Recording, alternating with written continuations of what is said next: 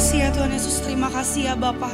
Kalau kami boleh ada ya Tuhan pada siang hari ini, itu semua bukan karena kuat dan gagah kami, itu semua bukan karena kehebatan kami, tapi itu semua karena kasih karunia Tuhan untuk setiap kami ya Bapa, anak-anak-Mu ya Bapa.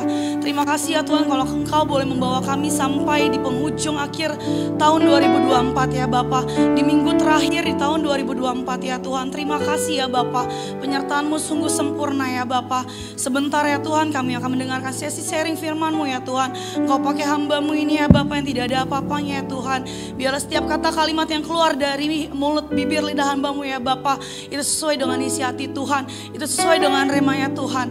Engkau pakai kami ya Bapa, anak-anak-Mu ya Tuhan Yesus. Terima kasih ya Bapa, kami patahkan segala niat-niat jahat, segala apapun yang ingin mengacaukan sesi ibadah ini, aku patahkan di dalam nama Tuhan Yesus.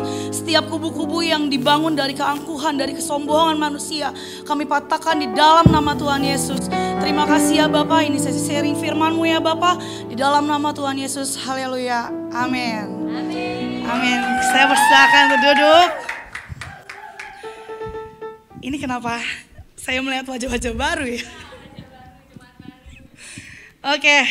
Sebelumnya, shalom di sisi. Rame banget. Oke. Sebelumnya, saya mau mengucapkan terima kasih kepada Tuhan Yesus yang sudah memberikan kepercayaan untuk saya ada di depan ini pada siang hari ini. Oke, saya juga mengucapkan kepada Bapak Gembala dan Ibu Gembala, Kak Kris dan Kak Cynthia, yang udah mempercayakan saya untuk saya membawakan sharing di DCC pada siang hari ini. Terima kasih. Sebelumnya saya mau ngomong lagi. Shalom DCC. Apa kabar hari ini? Luar biasa. Gimana Natalnya hari ini DCC? Wonderful. Oke. Sebelumnya aku mau nanya di sini ya. Siapa, kan kita udah mau masuk penghujung tahun 2024 ya. Siapa yang excited untuk mengakhiri tahun 2024 dan memulai masuk 2025? Boleh angkat tangan? Kenapa hari ini aja Ibu Ria? Biasa excited. Oke, pasti excited ya, karena Tuhan udah membawa kita sampai sejauh ini. Itu bukan karena kuat dan gagah kita, tapi pasti itu karena penyertaannya Tuhan. Amin. Nah, saya mau nanya juga ya. Yuk, yang excited boleh katakan ke sebelah kanan kirinya, Tuhan Yesus keren banget loh. Coba yang ini jangan tepuk tangan dulu. Coba sekali lagi, ngomong kanan kiri lagi. Tuhan Yesus keren banget loh. Tuhan Yesus keren banget ya. Enggak, di situ nggak ada orang, kanan kiri ya kan. Oke, biar nggak berlama-lama lagi, saya boleh ditampilkan. Saya boleh ditampilkan tema sharing saya hari ini adalah GPT kalau kata Pak Ari. Apa itu GPT? God's perfect timing. Apa sih Kak God's perfect timing itu ya kan? Boleh di next? Boleh di next? Oke. Kita buka ayatnya di Pengkhotbah 3 ayat 11, bisa dibaca juga di layar. Di sini Pengkhotbah 3 ayat 11 berkata, ia membuat segala sesuatu indah pada waktunya, bahkan ia memberikan kekekalan dalam hati mereka. Tetapi manusia tidak dapat menyelami pekerjaan yang dilakukan Allah dari awal sampai akhir. Saya suka dengan kata-kata, tetapi manusia tidak dapat menyelami pekerjaan yang dilakukan Allah dari awal sampai akhir. Karena memang setiap apa yang Tuhan lakukan dalam hidup kita, kita gak bisa menyelaminya. Karena waktunya Tuhan, prosesnya Tuhan, yaitu sesuai dengan Tuhan. Kita nggak bisa waktu kita, waktu Tuhan, waktu Tuhan. Kita nggak bisa menyamakan waktu kita dengan waktu Tuhan. Boleh di next lagi. Di sini aku kasih gambarannya sedikit. Di sini ada namanya ruang dan waktu, kairos dan kronos ya Tuhan. Kronos itu adalah waktu atau kronologinya kita. Jadi kayak misalnya di sini kalau di tabel, karena di sini nggak ada layar ya Wai. Kita jadi bingung ya Wai. Oke, jadi ruang dan waktu. Oke. Oke, di sini aku masukin apa sih itu kronos? Kronos itu adalah waktu kronologi kayak gitu. Kairosnya itu adalah momentum. Nah, kalau kronos di sini kayak dari kita lahir, kronologi saat kita lahir, kita balita, kita dewasa, terus kita besar, kita menikah sampai akhirnya kita dipanggil sama Tuhan kayak gitu. Itu adalah kronos, adalah waktu atau kronologinya dari kehidupan kita. Nah, kalau kairos adalah momentum. Momentumnya itu apa? Kayak contoh, misalnya dari kita, kalau kita misalnya awal-awal permulaan ya, baru lahir baru, perjumpaan kita dengan Tuhan, itu adalah kairosnya, adalah momentum yang kita dapatkan dari Tuhan.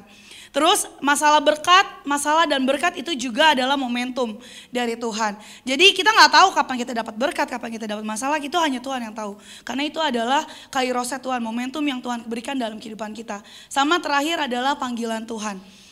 Kita bisa melayani, kayak aku bisa ada di sini itu juga bukan karena oh gue tahu nih di tanggal sekian gue bakal khotbah atau bakal sharing. No, nggak tahu.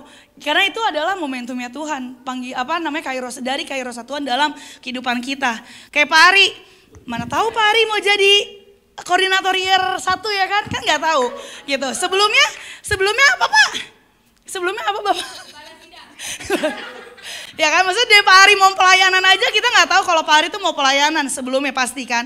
Yang awalnya mungkin cuma jemaat segala macam, tapi karena panggilan Tuhan dari kairos Tuhan, momentum yang Tuhan berikan dalam kehidupan Pak Ari, akhirnya Pak Ari dipercayakan untuk pelayanan sampai menjadi koordinator year 1.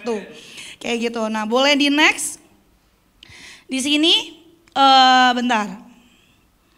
Nah, di sini kalau misalnya boleh di next lagi udah ya. Nah, ini juga kita nggak tahu kapan kita ada di puncak, Tuhan angkat kita di titik tertinggi kita, dan kita juga nggak tahu ada waktu juga kita di lembah kekelangaman, di titik terendah kita. Tapi di saat di titik terendah kita, pasti Tuhan nggak selama-lamanya Tuhan izinkan kita ada di titik terendah kita, karena pasti akan ada waktunya Tuhan akan mengangkat kita dan dipromosikan kita di titik yang paling tertinggi dalam kehidupan kita, kayak gitu. Nah, itulah aku mau bagiin 3 poin bagaimana sih cara kita memahami waktu Tuhan dalam kehidupan kita sehari-hari. Boleh di next yang pertama. Nah, di sini poin pertama aku membagikan waktunya Tuhan bukan waktunya kita. Apa sih Kak waktunya Tuhan bukan waktunya kita gitu kan. Nah, di sini aku mencatat ya. Ketika dikatakan segala sesuatu ada waktunya, artinya kita tahu semua berjalan sesuai dengan timetable-nya Tuhan, dengan waktunya Tuhan. Dan semua Tuhan yang ambil kontrol dalam kehidupan kita, kayak gitu. Berjalan bersama Tuhan, pasti Tuhan udah menyiapkan segala sesuatu yang terbaik buat kita. Dan kita tahu juga semua akan indah pada waktunya. Nah, tapi kadang kita nggak sabar untuk nunggu waktunya Tuhan. Ketika kita, contoh ya misalnya Geral, Tuhan aku mau sepatu baru gitu kan.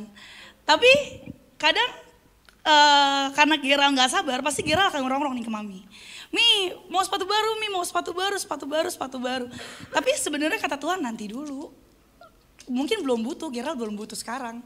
Butuh itu nanti gitu. Tapi kadang kita gak sabar akan proses itu. Kadang kita cuman, enggak Tuhan sekarang. Gue mau sekarang, pokoknya sekarang. Tapi ternyata pas mungkin ya dibeli nih sama Mami. Ternyata gak kepake kok. Karena memang belum waktunya. Kayak gitu. Tapi kalau udah waktunya, ketika misalnya contoh pasangan ya kan. Siapa yang punya pasangan di sini? Oh, kita example aja ya. Ibu udah punya pasangan. Ya, misalnya aku mau calon Prisil ya. Ya kita tahu lah ya. Contoh. Saya mau contohin kalian. Contoh. Ketika waktunya Tuhan, pasti Tuhan akan berikan yang terbaik. Kayak contoh mungkin Prisil selama ini doa, Tuhan aku mau dapat pasangan yang terbaik bla bla bla bla dengan semua spesifik yang Prisil minta gitu kan. Tapi mungkin berjalannya waktu selama ini ya Prisil dapatnya mungkin ketemu orang tapi memang bukan gitu kan. Oh, ketemu lagi ya siapa? Oh, ternyata bukan, putus segala macam bla bla bla. Nah, kalau misalnya Prisil waktu itu mungkin enggak setia atau Prisil enggak, ya udahlah gue maunya sama ini aja, ya udah. Yang ada Prisil nggak bakal dapat pasangan yang Seperti sekarang ya mungkin ya jawaban dari dua-duanya Prisil ya kan. Wuh, gitu ya kan. Pokoknya intinya waktu Tuhan itu bukan waktu kita ya. Betul. Nah, di sini aku ada contoh di Alkitab, boleh di next. Boleh di next? Oke. Nah, di sini aku bacakan ya. Contoh dalam Alkitab adalah kisah Lazarus. Pada tahu ya kisah Lazarus ya. Marta bilang kalau Tuhan datang lebih cepat saja, pasti Lazarus tidak akan mati. Tapi we know Tuhan harus menunda 2 hari untuk menolong Lazarus. Seolah-olah Tuhan kayak terlambat. Tuhan lu gak datang gitu kan. Lazarus sudah mau mati, tapi Tuhan gak datang. Nah tapi yang kalian harus tahu, karena Tuhan bukan mau kasih kesembuhan, tetapi dia juga mau kasih kebangkitan akan Lazarus. Dia memberikan lebih apa yang diminta Marta dan Maria. Maria minta kesembuhan, tetapi Yesus memberikan kebangkitan. Nah, aku mau punya kesaksian sendiri. Jadi ini karena kebanyakan anak-anak sekolah ya, anak-anak kuliah. Aku mau cerita sedikit. Waktu aku zaman SMK, belum boleh pacaran waktu itu. Jadi waktu aku zaman SMK, aku pernah doa sama Tuhan, aku mau kuliah gitu. Lulus SMK aku kuliah. Tapi ternyata Tuhan gak menjawab itu. Tuhan menjawab, aku harus jagain opung aku selama 6 bulan di rumah sakit. Kayak gitu. Aku dipanggil, papaku minta, "Kak, opung masuk rumah sakit." Ya udah kakak jagain, temenin, ada bau aku, temenin bau buat jaga di rumah sakit gitu. Tapi di saat itu harusnya mungkin kalau kayak sepantaran kalian, enggak, gue maunya kuliah, gue maunya kerja gitu. Karena gue udah lulus, teman-teman gue bisa kuliah, teman-teman gue bisa kerja, teman-teman gue bisa main sana sini. Tapi gue cuma duduk di rumah sakit jagain orang tua gitu ya kan. Tapi saat itu aku sempat bertanya sama Tuhan, kenapa harus gue? Kenapa enggak yang lain? Sepupu-sepupu aku banyak. Aku sempat marah, bukan marah sih, aku sempat kesel sama papaku.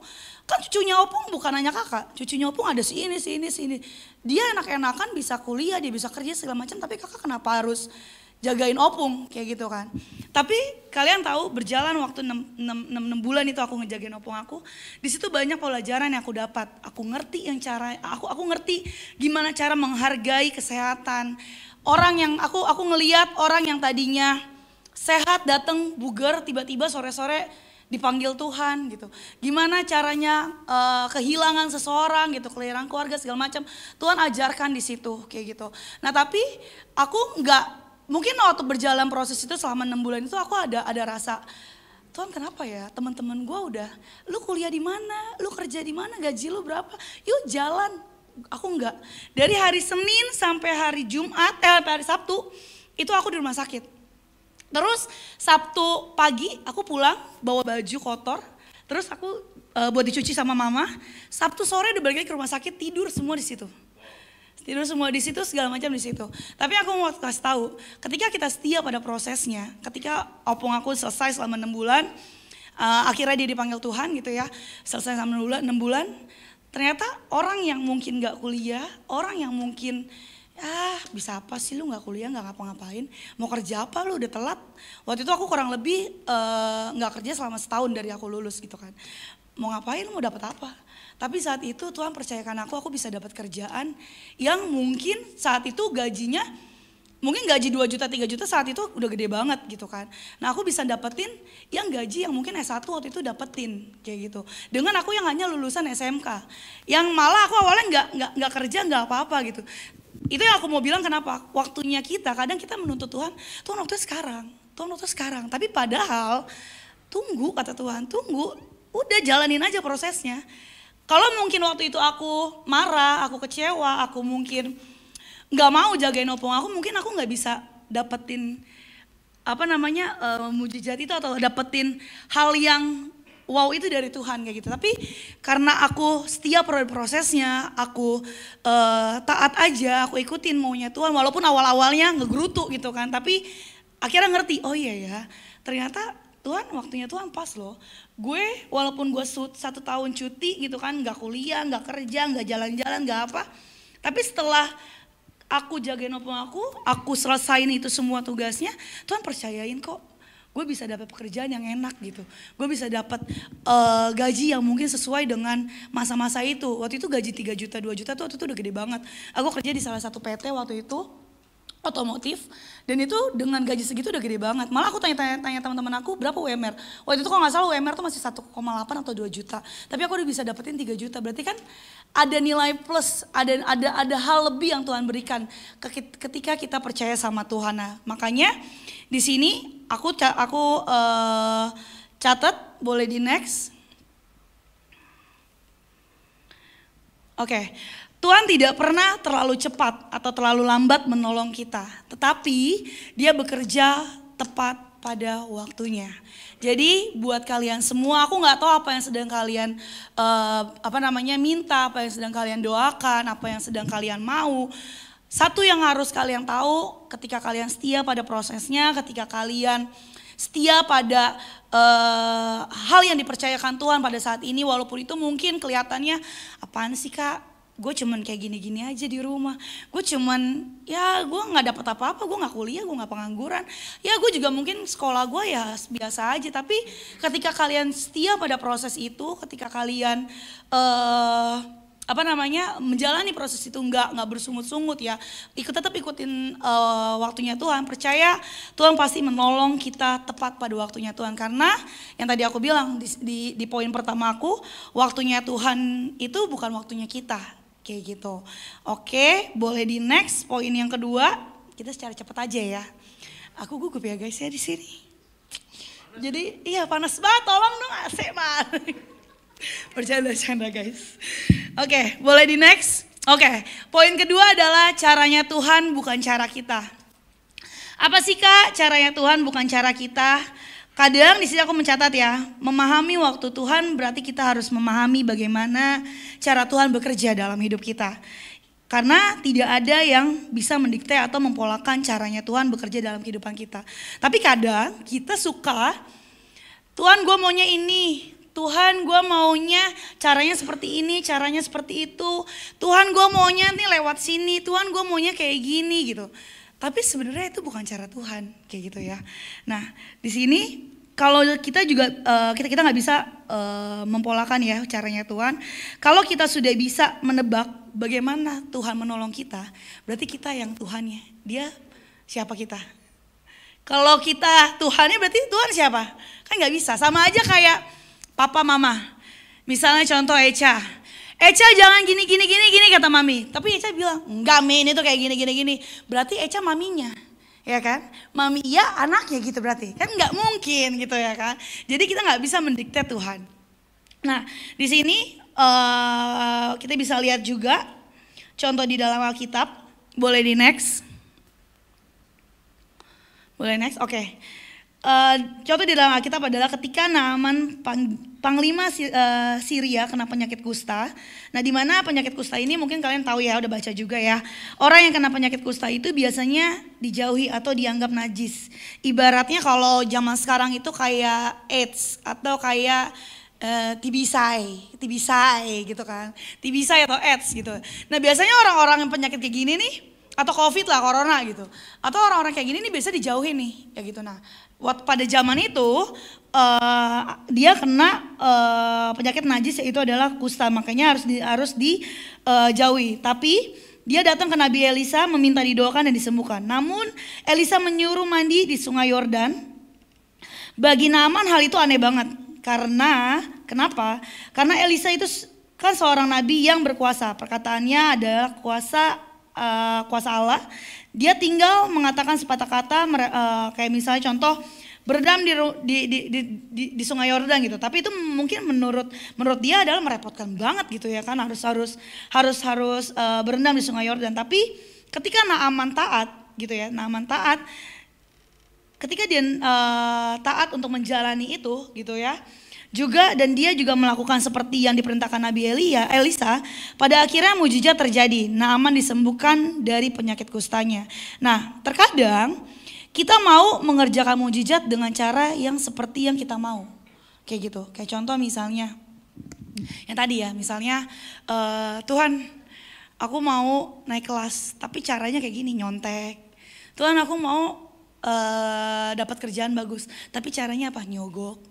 Tuhan, aku mau dapat hadiah gini, tapi caranya apa? main belakang segala macam. Nah itu cara kita. Tapi sebenarnya cara Tuhan gak kayak gitu. Cara Tuhan tuh pasti akan memberikan yang terbaik. Makanya di sini aku sharing dikit ya.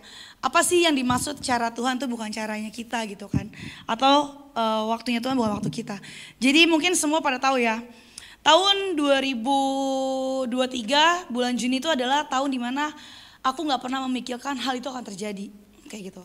Hal yang dimana hal yang mungkin menakutkan, hal yang nggak banget deh pokoknya, hal yang gue nggak mau Tuhan itu terjadi gitu. Jadi waktu itu papaku sakit dari bulan Maret ya, dari bulan Maret, tapi waktu itu masih sakitnya tuh cuma batuk guys, cuma batuk kayak cuman batuk biasa, dan karena waktu itu dia ngerokok kan, jadi menurut aku oh ya udah ngerokok ya batuk gitu. Tapi ternyata dari bulan Maret, April, Mei batuk itu nggak selesai sampai akhirnya dia ada buang kotoran itu berdarah kayak gitu kan. Nah di saat itu tapi di saat itu aku masih kayak oh ya udah paling cuman karena maaf ya kayak pupnya misal mungkin keras segala macam kan, kadang kita juga kayak gitu kan, kayak mungkin ambeien segala macam. Sampai akhirnya dia sering chat aku, dia bilang Kak beliin papa obat batuk gini, dan dia juga bilang sama aku ini enggak nih, ini batuk yang 100 hari yang gak bisa dingin segala macam bla bla bla. Jadi aku gak berpikiran kayak oh ini yang sakit serius ya, enggak kayak gitu. Sampai akhir di bulan Mei kurang lebih ya Alvin ya. Di bulan Mei tiba-tiba parah ngedrop sampai akhirnya dia harus masuk ruang ICU 2 kali kayak gitu. Nah di saat dia masuk ruang ICU pertama kali itu aku kayak wow, ruang ICU ternyata sampai separah ini ya Tuhan kayak gitu. Di situ aku mulai nego-negoan sama Tuhan. Tuhan kenapa? Karena aku taunya orang yang udah masuk ICU itu yang berarti udah gak lama lagi. Ya tinggal pergi atau ya sembuh, benar-benar sembuh gitu kan. Di situ aku kayak papa harus masuk ruang ICU. Waktu mama aku yang jagain, dia bilang Kak papa harus masuk ruang ICU, disuruh datang harus tanda tangan bla bla bla. Ruang ICU tuh kayak otak, pikiran, hati semua kayak Tuhan apa sih maksudnya? Kok harus ruang ICU? Bapak gue cuma sakit batuk awalnya, nggak ngapa-ngapa, kenapa harus masuk ruang ICU gitu? Apa penyakitnya kayak gitu kan?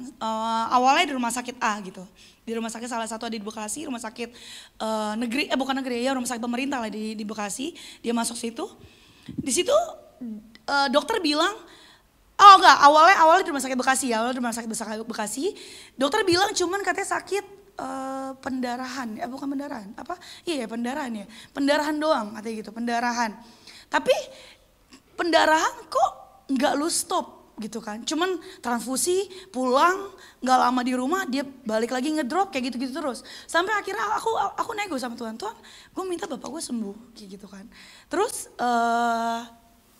aku pakai cara aku lah, kita putar otak keluarga segala macam, apa nih bisa buat sembuh. Ya udah kita ganti rumah sakit, ke rumah sakit swasta di Bekasi juga. Kita harap di situ bisa lebih baik, oke. Tapi aku anehnya di situ tuh semua dokter bilang paru-paru, padahal dia perokok berat ya dari masih remaja gitu. Dia dokter bilang paru-parunya bagus, di lambungnya nggak ada apa-apa, segala macam bagus segala macam. Dia cuma kekurangan darah, dia bilang gitu, karena anemia ya atau apa gitulah. Terus aku mikir, tapi kok harus parah ini ya? Karena papaku cuma pulang 3 hari 2 hari dia balik lagi ke rumah sakit. Dia transfusi, dia masukin darah segala macam, dia sehat di rumah sakit, nggak lama pulang kayak gitu lagi, kayak gitu. Nah terus kita kayak apa nih Tuhan maksudnya? Apa yang mau Tuhan buat gitu kan? Buat papaku gitu. Aku nego-negoan aku segala macam gitu kan. Terus sampai akhirnya di saat itu yang tadinya awalnya dia bisa jalan, sampai dia nggak bisa jalan guys. Dia tidur benar-benar, dia bangun harus dibopong. Dia benar-benar udah lemas segala macam. Kok jadi lebih parah ya? Sampai akhirnya di rumah sakit itu kedua itu dia harus masuk ruang ICU karena darahnya atau apanya itu benar-benar rendah dan memang harus pakai alat di ruang ICU. Akhirnya dia masuk ruang ICU dan disitu aku pikir, oke, gue harus kehilangan bapak gue kayak gitu. Karena ya ruang ICU tuh kayak cuman kita nggak bisa ngeliat juga, hanya jam besuk segala macam kayak gitu doang. Mamaku tunggu di luar segala macam. Sampai akhirnya Tuhan pulihkan dia, Tuhan balikin lagi ke ruang biasa sampai tiba di bulan Juni. Di bulan Juni aku orang yang anak pertama yang nggak pernah mau kayak papaku bilang Kak, papa mau ketemu. Aku mau datang, aku gak mau. Karena di saat sakit itu aku takutnya ketika gue ketemu itu adalah hari terakhir gue untuk ngelihat dia kayak gitu. Hari terakhir aku untuk ketemu dia. Aku gak pernah mau ketemu. Tapi di saat tanggal 21, ya kalau gak salah 21 Juni, mamaku gak bilang apa-apa, itu dia udah dipindahin ke Cipto. Jadi kita cari cara gimana pun untuk dia sembuh. Yaudah yang terakhir kali nih, yaudah pindahin papa ke Cipto. Yaudah gak apa-apa lah, mama jauh-jauh, yaudah gak apa-apa. Ini cara kita ya supaya dia sembuh. Tanggal 21 kita pindah ke Cipto, aku belum ketemu dia. Terus mamaku cuma nelpon, besok ada Senin mamaku cuma nelpon. Kak, kamu kapan ke rumah sakit? Karena aku belum ketemu waktu itu. Kapan ke rumah sakit bawain ini. Oh ya udah. Mamaku nggak bilang kalau papaku ternyata nyariin aku. Kalau aku tahu dia nyariin aku nggak bakal mau datang. Aku nggak bakal mau naik gitu. Oke, aku datang tapi aku nggak mau naik. Tiba-tiba tanggal 22-nya hari Seninnya aku datang. Terus nyampe rumah sakit, nyampe di atas. Karena kita harus masuk cuma 2, waktu itu masih ada tes covid segala macam. Nyampe di atas, mamaku bilang, papa nyariin kamu terus dari kemarin. Nah, ini hal yang gue takutin selama ini kalau dia udah nyariin gue gitu kan. Ini Tuhan, papa kok gak nyariin aku? Oh ya udah, tapi aku datang. Aku memberanikan diri, memang papaku udah ngomong udah ngaco-ngaco, tapi aku gak pernah berpikiran kalau hari besoknya gue akan kehilangan dia untuk selamanya gitu, enggak. Sampai tanggal 22 aku datang ke dia, terus dia masih kelihatan sehat segala macam, masih ngobrol bla bla bla bla bla bla bla. Terus suster ada nanya sama aku. Karena kan kata mamaku dia udah ngomong udah ngaco. Terus suster ada ngomong sama papaku, "Siapa ini?" dia gitu kan. Terus papaku cuma bilang, "Enggak kenal saya sama dia." Oh, terus aku bilang aku masih ledekin. Oh, enggak kenal. Oh ya udah, besok gak usah kasih duit. Aku gituin. Kenal. Anak saya ini, anak panggoran saya Tiara Melestor, terus dibilang gitu. Oh, kenal, bagus, aku bilang gitu. Udah, aku pulang. Dia pulang, dia nggak apa-apa, dia nggak kenapa-napa. Maksudnya ngobrol biasa segala macam. Tiba-tiba dini hari, tanggal 23 dini hari aku mimpi. Aku mimpi sangat jelas. Kalau Tuhan memanggil dia, aku pakai baju putih-putih sama mamaku dan papaku udah tergeletak kayak gitu. Terus tiba-tiba jam 3:30 ya, jam 4, nomborku telepon. Nomor ini aku nyalain guys, HP ini aku nyalain. Tapi saat itu aku gak mau denger, aku gak mau angkat. Karena bauku gak pernah nelfon aku pagi-pagi gitu kan. Wah, bapak gue lewat, aku cuma gitu doang. Tapi gue gak mau angkat, aku gak angkat. Kalau mau WA gitu maksud aku gak mau denger ini segala macam. Terus tiba-tiba pas habis WA gitu, aku tungguin. Waktu itu aku masih di apartemen Owak. Terus di apartemen Owak tuh kamarnya tuh ada kaca yang bisa kita lihat itu udah terang atau belum. Aku cuma mandangin kaca itu doang dan aku di situ aku kayak doa sama Tuhan, tolak. Karena aku sebelumnya udah mimpi. Kayak gitu kan. Aku udah mimpi, aku udah nego-nego sama Tuhan. Tuhan pokoknya aku gak mau. Karena ini hal yang paling gue takutin gitu kan. Kan gue udah ini semua cara yang gue bisa gitu kan. Gue udah kasih yang terbaik buat dia rumah sakit segala macam bla bla, berobatan segala macam bla bla bla. Tapi gue gak mau dia terakhir gitu kan. Terus aku tunggu pagi, tanteku nelfonin terus. Tiba-tiba jam 5 apa jam berapa adekku Rahel teleponin aku gak angkat. Tiba-tiba Rahel nelfon Alvin. Gak diangkat juga karena Alvin waktu itu mau tidur. Dan aku sengaja gak bangunin Alvin. Aku diam. Tiba jam 6 pagi. Aku pura-pura tidur, tutup bantal. Tiba-tiba Alvin angkat telepon Rahel di depan. Iya deh, kenapa? Pikiran aku cuma 2. Kalau Alvin gak kaget berarti papaku gak kenapa-napa. Tapi kalau Alvin kaget berarti papaku ya udah Tuhan panggil gitu kan. Tiba-tiba Alvin, oh iya deh, iya kak baru bangun gini. Aku cuma dengar, oh Alvin gak kaget, oh berarti bapak gue masih ada. Aku cuma gitu doang doa sama Tuhan. Thanks God, berarti aku kayak, oh berarti mimpi gue gak jadi kenyataan nih, bisa gitu kan. Aku masih berharap Tuhan ngasih yang terbaik gitu kan. Terus tiba-tiba Alvin bilang papa tadi turun gini harus rumah sakit bla bla bla bla. Tapi saat itu hari kerja guys. Aku laptop di kantor, aku harus ngambil laptop gitu kan kalau memang mau libur gitu. Terus singkat cerita, aku nggak tahu aku digerakin Tuhan kayak telepon nyokap, video call. Lo harus lihat sendiri keadaan bokap lo gitu kan. Terus tiba-tiba aku selesai mandi, aku belum siap-siap belum apa-apa, aku langsung telepon. Mana coba lihat papa, aku cuma gitu doang. Dia udah pakai oksigen yang gede yang cuma buat tahu biar gitu kan. Dia napas udah gak beres, aku bilang gitu. Karena aku udah pengalaman yang 6 bulan itu loh guys sama opungku ya. Aku udah jagain opungku 6 bulan, aku udah tahu orang-orang yang kayak mau lewat tuh mau seperti apa kayak gitu kan. Terus tiba-tiba oh nggak beres. Aku langsung bilang sama Alvin, enggak kita jalan ke rumah sakit, gue nggak kerja, aku bilang gitu. Ntar laptop digojekin aja. Sampai ke sana, aku di motor tuh guys, aku sambil bawa, aku di motor sambil kayak nego-negoan lagi sama Tuhan. Tuhan aku, lu kayak, Tuhan kenapa? Kenapa harus sampai momen ini kayak gitu? Kenapa harus semua cara udah kita iniin, kenapa lu nggak sembuhin gitu kan? Karena aku ngeliat kayak udah, napas udah satu-satu gitu kan. Ya udah itu cuma tinggal tunggu waktu kayak gitu. Terus sampai perjalanan waktu, sampai rumah sakit aku nggak mau lihat. Tanya Alvin, aku orang yang anak satu-satunya nggak mau lihat masuk ke rumah sakit ke dalam. Aku cuma lihat dari kaca pintu rumah sakit itu, aku cuma lihat, oh bapak gue udah nggak baik-baik kayak gitu.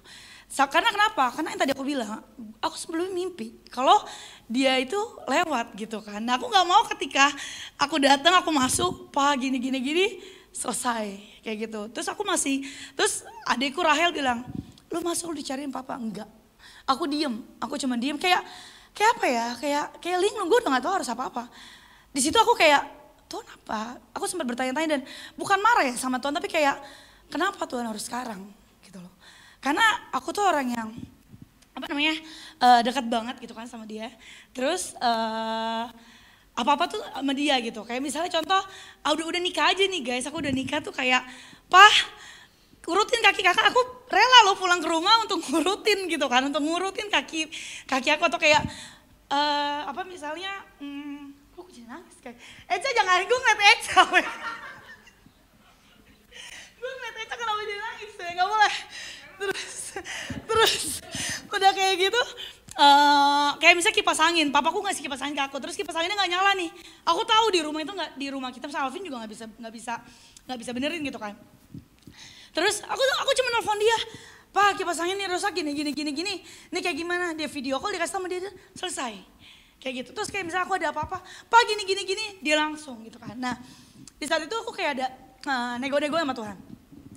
Tuhan nggak sekarang gitu, karena gini guys, mungkin orang ngeliat gue galak gitu ya kan. Mungkin orang lihat gue galak, gue ini gitu kan, aku galak gitu. Galak, lu se-strong itu loh Tiara gitu kan, lu nggak secengeng itu, tapi aku secengeng itu guys. Aku anak pertama yang secengeng itu gitu ya kan. Terus udah kayak gitu, jangan nangis loh. Terus udah kayak gitu, akhirnya tiba waktunya di tengah malam itu, aku lagi bawah, papaku dan aku dapat telepon, naik ke atas, papa udah nggak ada kayak gitu. Di saat itu aku cuman gila Tuhan, gitu. Aku cuma gitu doang sama Tuhan. Tapi aku nggak menyalahkan Tuhan, nggak. Puji Tuhan, aku nggak menyalahkan Tuhan dan aku nggak marah sama Tuhan. Aku cuman apa ya sih Tuhan, apa ya gue, misalnya aku dengan bahasa manusia ya gitu, dengan bahasa sehari-hari kayak gue masih butuh bapak gue loh. Adik gue masih 2 belum married, terus adik gue yang 1 mau kuliah, mau lulus segala macam. Terus gue nggak bisa Tuhan. Dengan aku yang anak pertama yang secengeng itu, tuh kayak gila beban gue nambah ya, gitu ya, beban gue nambah ya. Siapa lagi, gue mau ngadu ke siapa gitu, kalau ada apa-apa gue mau ngadu ke siapa gitu kan. Karena ya itu, misalnya aku sedekat itu sama dia gitu kan. Nah makanya setelah itu, tapi hari pertama, hari kedua, pas momen di hari ketiga, Tuhan baru nyentil aku. Lu gak sendiri, lu lupa lu ada gue. Ada gue yang nyertain lo, Tuhan bilang. Ada gue, karena aku tuh dari hari pertama, kedua, itu aku masih bertanya sama Tuhan, aku masih nego-negoan sama Tuhan, gue mau sama siapa nanti, gue mau ini segala macam. Tapi di momen hari ketiga dia mau penutupan peti, mau penguburan, aku jalan pagi-pagi ke UKI, naik motor, itu sambil nangis, terus Tuhan sentil aku, lu lupa lo ada gue bakal nyertain lu gak sendiri. Tapi bener, rencana Tuhan itu bukan bukan rencana kita ya. Tuhan oke, mungkin bokap boleh diambil, tapi Tuhan sertain loh, Tuhan rencananya, Tuhan sertain aku sampai detik ini ternyata aku bisa loh. Sosok seorang yang mungkin kalian anggap kuat ini gitu kan, yang kalian anggap galak ini, sebenarnya kalau di rumah semanja itu gitu kan sama papaku sama mamaku. Tapi ternyata iya loh, gue bisa nopang beban itu loh kayak gitu. Makanya waktu yang pas Eca mungkin kemarin ditinggalin papa segala, ditinggalin almarhum Kak Sandi, itu aku ngerasain banget gila. Gue aja yang udah married aja gue gak sekuat itu untuk gue menopang beban keluarga gue. Maksudnya bukan beban materi segala macam ya. Tapi ketika nanti mungkin mamaku bilang, Kak gini, Kak kamu harus gini. Itu bebannya ada di sini weh, gitu ya kan. Ini bebannya ada di sini, gitu kan. Jadi kayak ayo gitu kan, lo harus bisa gitu. Tapi aku merasakan rencana Tuhan tuh luar biasa guys. Jadi buat kalian yang mungkin sedang menantikan gitu kan, apa yang Tuhan mau buat kalian, percaya kalau rencananya Tuhan tuh indah. Makanya boleh dibuka nextnya. Di sini aku catat, apa yang baik di mata kita belum tentu baik menurut Tuhan. Apa yang baik di mata Tuhan sudah pasti yang terbaik buat kita. Amin. Karena rencana Tuhan pasti yang terbaik buat kita. Walaupun mungkin hal-hal yang kita mau mungkin hilang gitu kan. Tapi percaya Tuhan akan gantikan, karena ada rencana Tuhan yang luar biasa untuk hidup kita. Amin. Oke, lanjut next. Secara cepat aja, poin ketiga, Poin ketiga adalah rencana Tuhan bukan rencananya kita. Apa sih Kak rencana Tuhan bukan rencananya kita? Boleh di next ayatnya. Boleh kita baca ya di Yesaya 55 ayat 8 sampai 9. Sebab rancanganku bukanlah rancanganmu dan jalanmu bukanlah jalanku. Demikianlah firman Tuhan. Seperti tingginya langit dari bumi, demikianlah tingginya jalanku dari jalanmu dan rancanganku dari rancanganmu.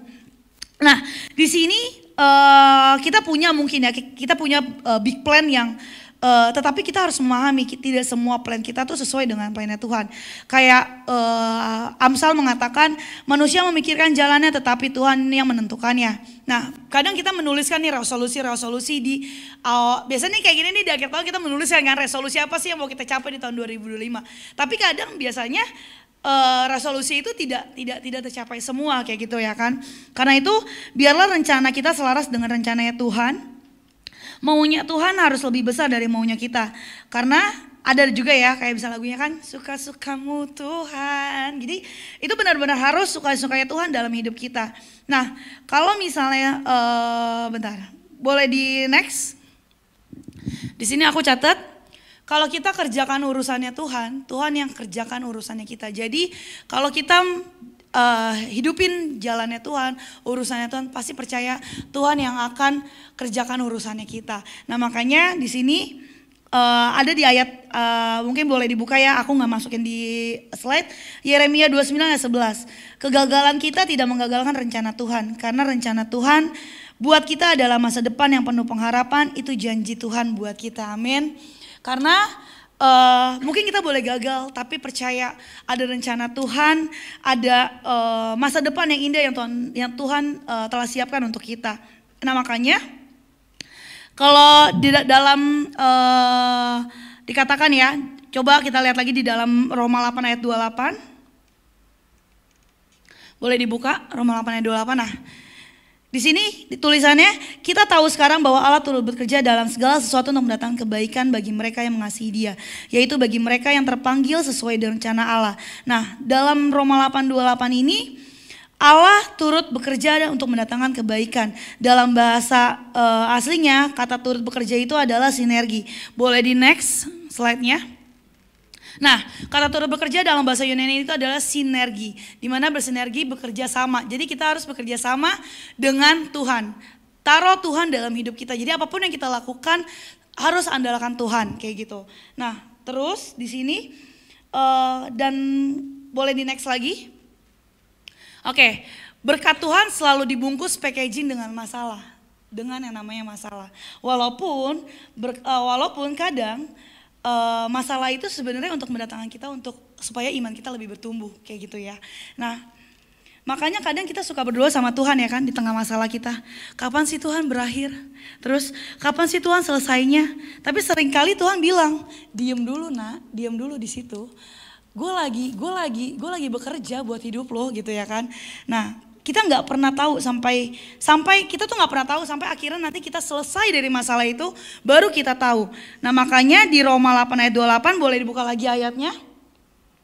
Di Roma 8 ayat 28. Nah di sini saat ini, hari ini, sekarang kita tahu bahwa Allah turut bekerja dalam segala sesuatu untuk mendatangkan kebaikan bagi mereka yang mengasihi Dia, yaitu bagi mereka yang terpanggil sesuai dengan rencana Allah. Makanya di sini kita tahu sekarang, artinya kita tahu sekarang apa? Kita udah melaluinya. Mungkin waktu pas kita menghadapi masalah atau proses itu kita nggak tahu, kita bertanya-tanya sama Tuhan. Kapan sih Tuhan selesainya? Kenapa sih Tuhan gue harus kayak gini? Kenapa sih Tuhan kok cobaan ini harus timpa gue gitu? Kenapa kita harus lewatin ini gitu? Tapi ketika nanti kalian udah bisa melewati itu, di sini ayatnya apa bilang? Kita tahu sekarang bahwa Allah turut bekerja dalam segala sesuatu untuk mendatangkan kebaikan bagi mereka yang mengasihi Dia. Berarti setiap masalah yang ada dalam hidup kita, setiap proses yang ada dalam hidup kita, itu adalah mendatangkan kebaikan untuk kita. Karena supaya kita lebih iman kita semakin kuat lagi, iman kita semakin bertumbuh lagi sama Tuhan. Nah mungkin di sini aku catat ya, di slide nggak ada. Mungkin di tahun 2024 banyak yang Tuhan ubah dalam hidup kita, termasuk hidupku. Terus dari zona nyaman kita yang mungkin biasanya dari pekerjaan kita, dari mungkin circle permainan, dari apapun itu, dari zona nyaman kita, Tuhan ubahkan hidup kita. Tuhan tarik kita dari zona nyamannya kita untuk kita dibawa Tuhan untuk kita keluar dari zona nyaman kita, untuk kita masuk ke zonanya Tuhan, ke zona imannya Tuhan. Bagaimana cara kita untuk kita mengandalkan Tuhan. Makanya di sini aku tahu, Tuhan mungkin tahu kalau seorang Tiara, kalau dia tetap ada di zona nyamannya dia gak bakal jadi apa-apa. Dia bakal gitu-gitu aja, atau mungkin aku gak bakal ngandelin Tuhan. Mungkin aku bakalan ngandelin kekuatan aku sendiri. Tapi Tuhan tarik aku untuk aku keluar dari zona nyaman aku, untuk aku masuk ke zona baru aku, zona iman aku. Supaya Tuhan bentuk aku, supaya aku lebih dekat lagi sama Tuhan. Supaya apapun yang terjadi dalam hidup aku tetap mengandalin Tuhan. Karena musim boleh berubah, apapun boleh diubah dalam kehidupan kita. Tapi ketika kita berada di dalam jalannya Tuhan, ketika kita berjalan bersama-sama Tuhan, Tuhan pasti akan memberikan yang terbaik dan kita bisa melewatinya. Nah boleh di next, di slide selanjutnya. Slide yang 2 dari terakhir. Nah, Yesus adalah penulis hidup kita dan kita tahu Dia selalu bekerja di balik layar untuk membuat cerita drama hidup kita berakhir happy ending. Jadi kalau sekarang kalian nggak tahu proses apa yang sedang kalian alami, aku nggak tahu. Tapi kalau memang kalian lagi ada proses, ikutin aja, jalanin aja maunya Tuhan. Aku di akhir-akhir ini, mungkin di akhir-akhir penghujung tahun ini ada proses yang mungkin menurut aku, wow Tuhan, wow banget ya gitu ya. Ini gak sesuai dengan ekspektasiku kayak gitu. Kayak tadi kan aku bilang kan di poin 3 itu kan rencana Tuhan bukan rencana kita. Aku udah rencanain planning segala macem. Gue mau kayak gini. Aku ada 2 permintaan sama Tuhan waktu di bulan Agustus. Tuhan jawab sih yang satu. Tapi ketika Tuhan jawab yang satu yang sekarang, itu bumerang buat aku. Karena Tuhan gak jawab yang satunya kayak gitu. Aku minta dua-duanya sama Tuhan, tapi Tuhan hanya jawab satu. Yang satu belum Tuhan jawab. Aku nggak tahu sampai kapan. Ya udah, tinggal ikutin aja maunya Tuhan sampai kapan. Yang penting kita tetap setia, kita tetap percaya sama prosesnya Tuhan. Tuhan pasti akan memberikan yang terbaik, gitu ya. Amin ya. Nah terus, boleh di next? Nanti. Nah, percaya kalau Tuhan tidak mau kita mendapat yang cuma baik.